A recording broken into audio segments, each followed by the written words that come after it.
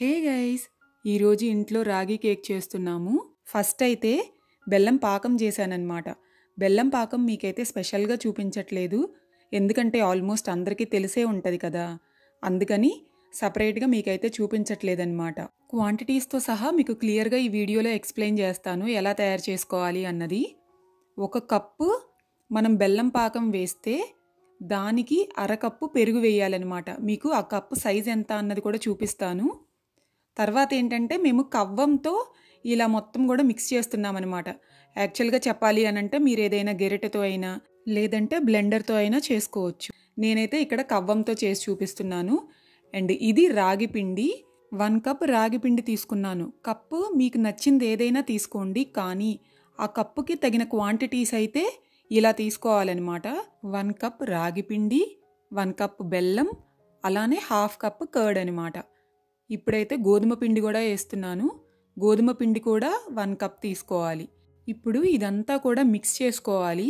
అసలు ఈ మిక్సింగ్లోనే మొత్తం ఉంటుందన్నమాట. చాలా చక్కగా అసలు స్మూత్ పేస్ట్ లాగా మిక్స్ చేసుకోవాలి.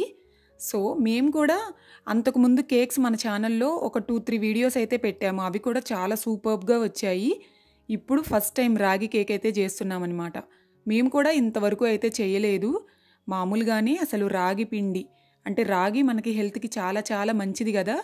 సో రాగి కేక్ చేయాలి అనిపించి చేస్తున్నామన్నమాట. అండ్ మిల్క్ కూడా 1/2 కప్ తీసుకున్నాను.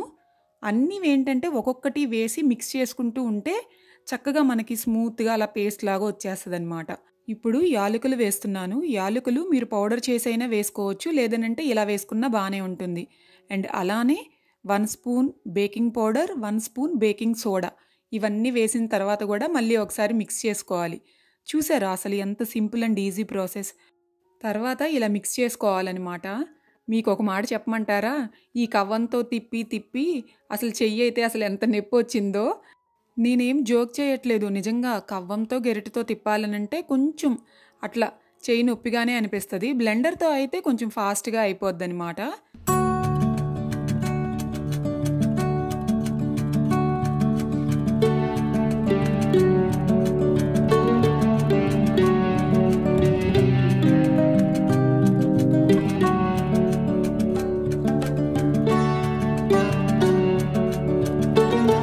ఇప్పుడు ఒక గిన్నె తీసుకుని కొంచెం ఆయిల్ రాసి గోధుమ పిండి వేసి ఇలా చేసుకోవాలన్నమాట. లేదనంటే మనకి ఇదంతా వేసిన తర్వాత అడుగంటిపోద్ది.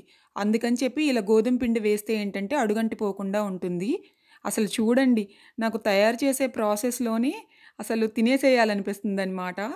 అండ్ టేస్ట్ కోసం అని చెప్పి పైన ఇలా ఆల్మండ్స్ అయితే వేసాము. ఆల్మండ్స్ వేస్తే ఇంకొంచెం టేస్టీగా అనిపిస్తుంది. నాకైతే అసలు ఎప్పుడెప్పుడు రెడీ అయిపోద్దా అని చెప్పి లిటరల్గా వెయిట్ చేస్తున్నాను. ఎందుకంటే ఫస్ట్ టైం చేస్తున్నాం కదా, అసలు ఎలా వస్తుందా అని చెప్పి వెయిట్ చేస్తున్నామన్నమాట. అండ్ ఇప్పుడైతే కుక్కర్లో పెట్టేసేయాలి. ఫస్ట్ కుక్కర్లో రింగ్ పెట్టి అది ఒక 10 మినిట్స్ వరకు హీట్ చేయాలన్నమాట. చూసారు కదా, ఇలా పెట్టి ఆ రింగ్ పెట్టిన తర్వాత ఒక 10 మినిట్స్ ఉంచి ఆ తర్వాత ఇలా పెట్టి ఒక 40 మినిట్స్ ఉంచితే సరిపోతుంది. మనకి రాగి కేక్ తయారైపోతుంది.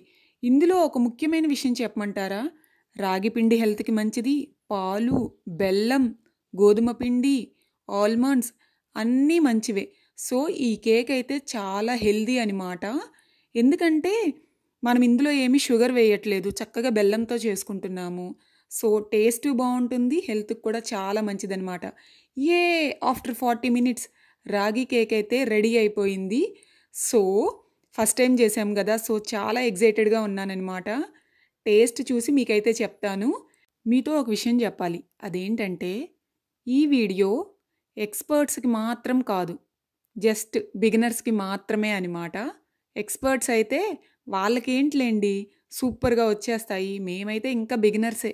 నాకు కేక్ చూస్తే చాలు ఫస్ట్ గుర్తొచ్చేది ఏంటో తెలుసా, హ్యాపీ బర్త్డే టు యూ. ఇదే అనమాట గుర్తొచ్చేది.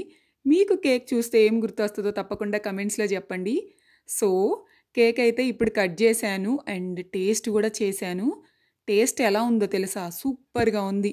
మీరు కూడా ట్రై చేయండి, ఎలా వచ్చిందో కమెంట్స్లో చెప్పండి. చాలా అంటే చాలా సింపుల్ అండ్ ఈజీ ప్రాసెస్. వంట రాని వాళ్ళు కూడా నేర్చుకోవచ్చు అనమాట. అంత సింపుల్ ప్రాసెస్. చూశారు కదా మీరే. టేస్ట్ అయితే చాలా బాగుంది.